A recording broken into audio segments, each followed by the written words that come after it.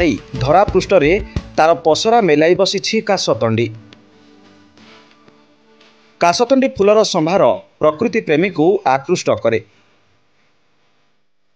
प्रकृतिर कानभास रे काशतंडी जेपरी एक तुलीर स्पर्श। तार बास्ना नहीं सत हेले तार शुभ्र रूप बदलाई दिए तनु मन। प्रकृतिर एही अमूल्य उपहार नई पठा रास्ता कड़ और बिलमाल जमीरे देखा जाए। सतरे बाटोईटी हजि जाए एहार कमन्य सुषमा भितरे।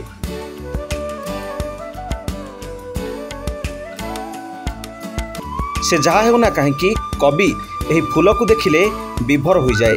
ता कलम मुनरू झरी पड़े सुंदर कविताटीए।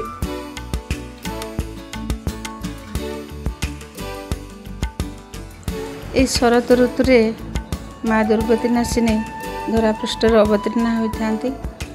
तांकु आह्वान दबापाई जेमिति काशतंडी शुभ्र वस्त्र आच्छादित कर दे थाए सारा धरापृष्ठरे। तेणु आमे अनुभव करती तार से शुभ्र वस्त्र रे से ही सूचना दिए जे शांतिर सूचना।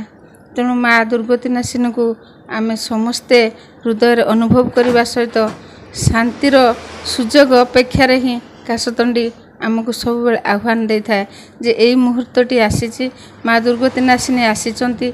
एटी समस्त हिंसावाद सबु जिनिस को ये प्रत्याख्यान करी आमे समस्ते शांतिर पर्वटी को पालन करिबा एवं धरापृष्ठ रे शांति प्रतिष्ठा करिबा से शुभ्रतार प्रतीक मु एटा अनुभव करुछि।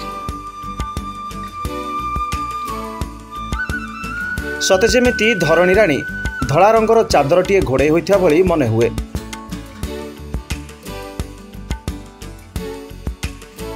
बोध हुए माँ को स्वागत करिया पई काशतंडी व्याकुल होई उठिछि। हेले माँ धरावतरण करिया बेलକୁ काशतंडी खुशी बांटी बांटी प्रकृति कूଳରେ झाउड़ी पड़े एवं पुणी अपेक्षा करे आगामी शरत को।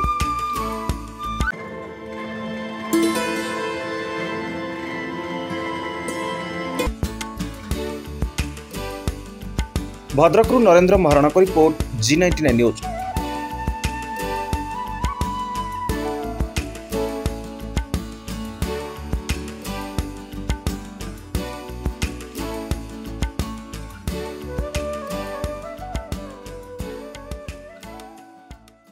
सपक्ष विपक्ष ऊर्ध्वे G99 न्यूज।